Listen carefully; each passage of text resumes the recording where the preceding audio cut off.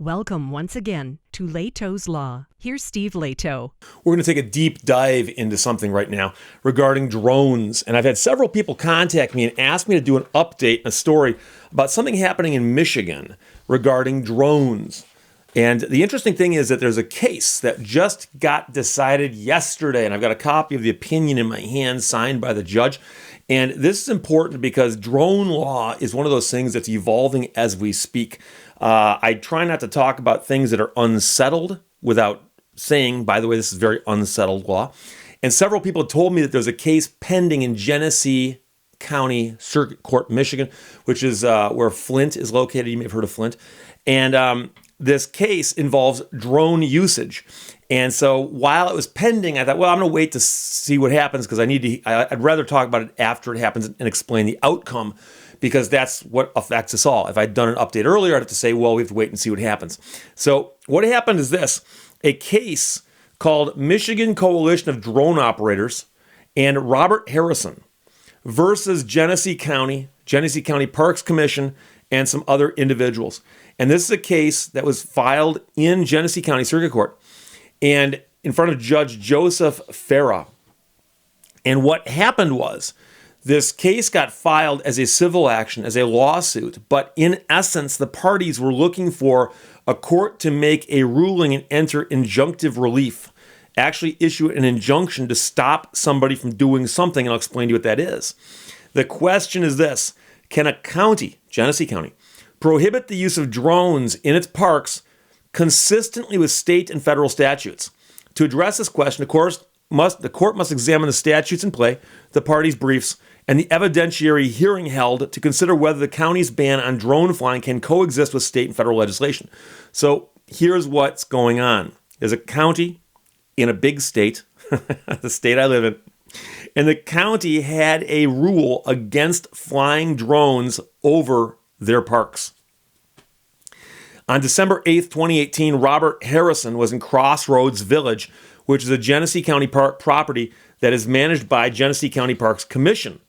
While on the land, Harrison operated an unmanned aerial system, which we'll call it drone. He was approached by two Genesee County park rangers and ordered to desist from further flying. Harrison was then arrested, handcuffed, placed in the back of a GCPC vehicle, and had his drone, iPhone, and iPad confiscated. The Rangers cited Harrison with a misdemeanor for violation of the park rules, which at the time said, no person shall make any ascent or descent in any balloon, airplane, or parachute on any land or waters administered by or under the jurisdiction of the commissioner or its agent, or except as may be necessary in the event of an emergency. Hey, once in a while the laws aren't updated as quickly as they should be. But balloons, airplanes, and parachutes. And by the way, it's extremely difficult to make an ascent in a parachute. I know what people are going to say, Steve, there are powered parachutes that can take off, but it's more of a flying wing, isn't it? On December 13th, 2018, the GCPC voted to revise its park rules to include drones. Now, keep in mind that the man was arrested on December 8th. So they are going to revise their park rules after he's been arrested. Just pointing that out. The new rule said, no person shall, upon the property administered by the commission, make any ascent or descent, operate or possess any balloon, airplane, parachute, drone, manned or unmanned aircraft on commission property. So they included drones when they realized that, drones aren't covered by balloons, airplanes, and parachutes. On January 2nd, 2019, counsel for Harrison was informed that the Civil Division of the Genesee County Prosecutor's Office was not pursuing the warrant asked for by the GCPC. As a result, his seized property was returned to him, which is a blessing in disguise because, quite frankly, quite often they'll arrest somebody and keep their stuff and say, oh, by the way, you're free to go. So they gave him back his stuff. That's a step in the right direction, but it doesn't solve the problem. On April 3rd, 2019, the GCPC was informed of the intent of a group of drone enthusiasts to appear at a park for a drone fly-in. And of course, this group had decided to do this because they wanted to test the laws, because their position was that this particular local park rule is not enforceable. But we'll get to that. This prompted somebody from the GCPC to inform the enthusiasts that such activity would violate park rules and that each pilot would need to apply and pay for a Genesee County Parks and Recreational drone permit, which now everyone's going, bingo, that's what this is all about. But after this communication, the chief ranger, Kevin Shanlian, ordered the E.A. Cummings Center closed. So he basically just said, okay, if they're not going to play along, we're just going to close the park. The enthusiasts moved over to Richfield Park, which is also within the bounds of Genesee County. And the rangers, however, met the group at the park armed. It's important you bring weapons to a drone fly-in. Shanley indicated the rangers should let the enthusiasts know that it was a criminal misdemeanor to fly in the parks, and they could confiscate the equipment of anyone found in violation. These actions, taken as a whole, prompted Harrison and the Michigan Coalition of Drone Operators to file suit against the Genesee County Park Commission and the various people involved to ask for declaratory and injunctive relief, claiming that the Genesee County Park rule is preempted by Michigan law. The court will now analyze this. So I've spoken before about how you can have local laws, you can have municipality laws, county laws, state laws, and federal laws. Oftentimes these laws are parallel, oftentimes they overlap. Sometimes there are laws passed that violate more important laws, and those lower laws become unenforceable, especially if a court rules on it. So, for instance, if somebody passed a law and they outlawed public speech in a park like that, well, the First Amendment obviously would overrule that. So, Harrison is seeking injunctive relief. The court must consider the four factors articulated, and they talk about the fact that, if you go to court and file a lawsuit, if you're looking for something like damages, you want the other side to pay you money, the court will go through the whole process of a trial and so on if necessary. But injunctive relief is where you're asking the court to rule on something and then either forbid somebody from doing something or force them to do it. And you can ask for preliminary injunctive relief where you basically say, look, we're going to prevail on this anyway, why wait? And so they talked about some of the standards involved there, but we don't really need to get into that. What we have to look at instead is whether Harrison is likely to prevail on the merits of the case, and that involves statutory analysis. The court therefore focused exclusively and in depth on that factor of the merits. There is a state law, Michigan compiled laws, these blue books behind me.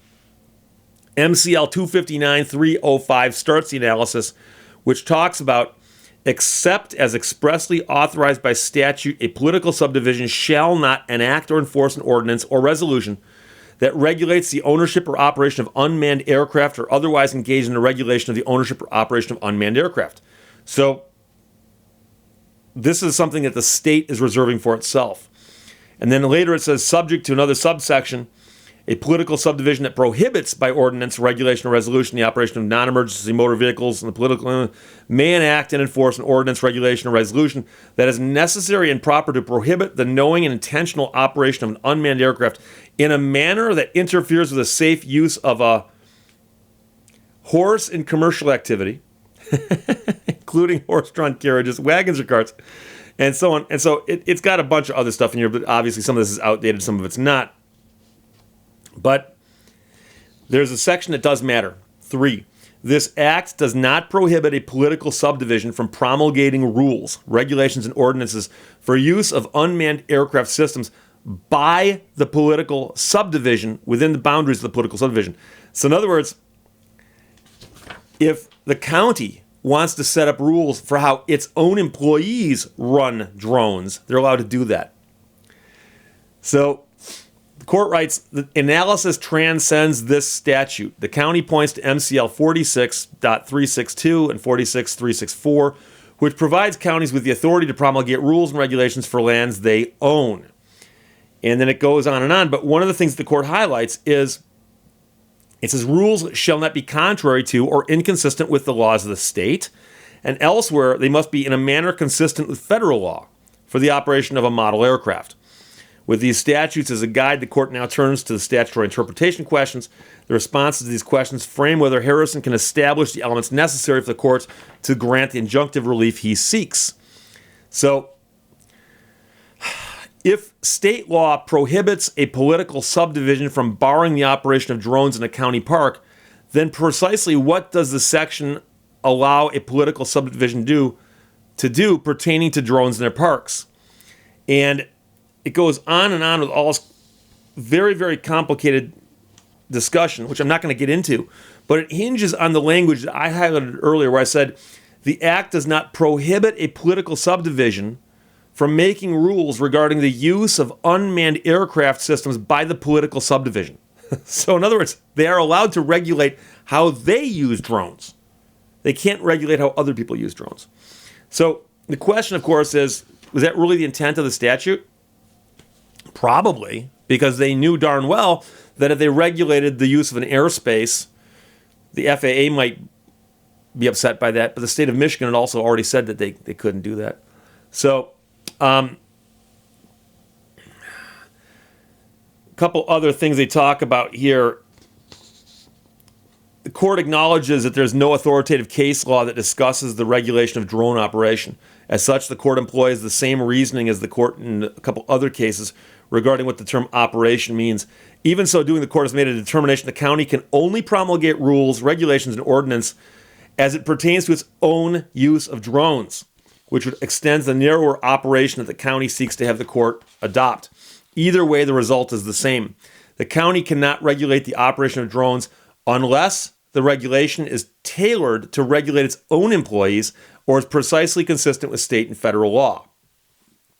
So it was kind of strange that they took the position they did, but it was quite clear that the law was written in such a way as to not allow counties and municipalities to draft their own rules regulating how other people operate drones in the airspace that is, in essence, airspace in Michigan or federal airspace.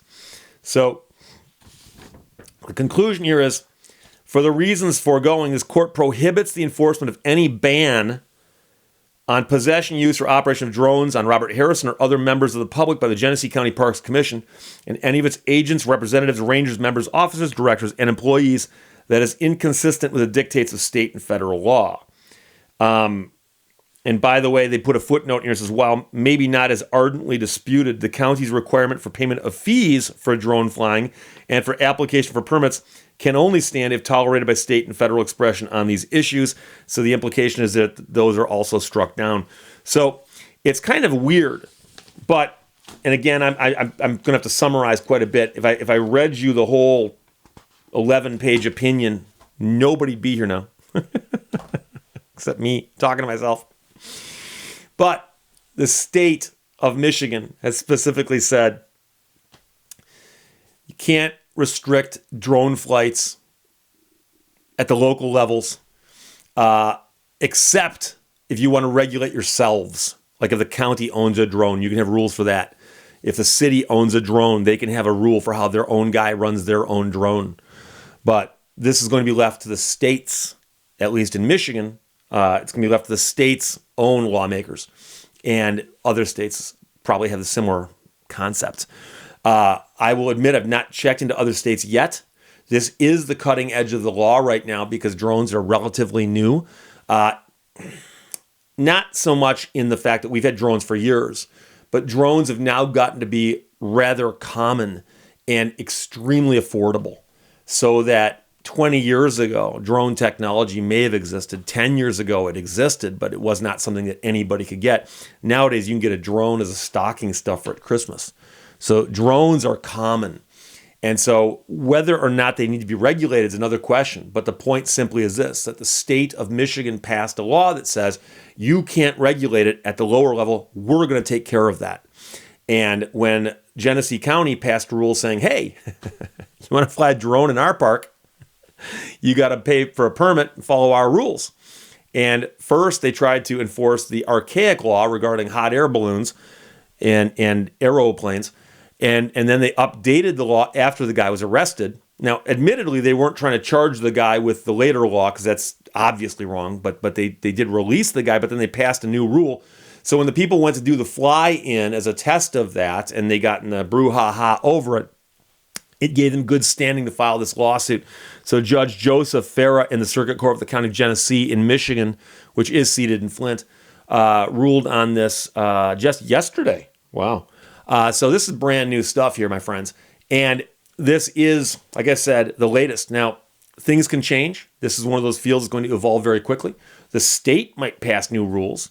And of course, whatever state you're in might pass their own rules. But that's the current state of the law in Michigan. So it looks like if you are in Michigan, you want to fly a drone, check out the state laws, but don't worry so much about the little local rules where they say you got to buy a permit from us before you can fly a drone over, say, a county park.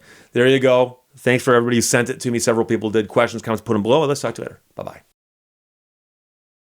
Thank you for watching Lehto's Law. Experience is the name everyone gives to their mistakes.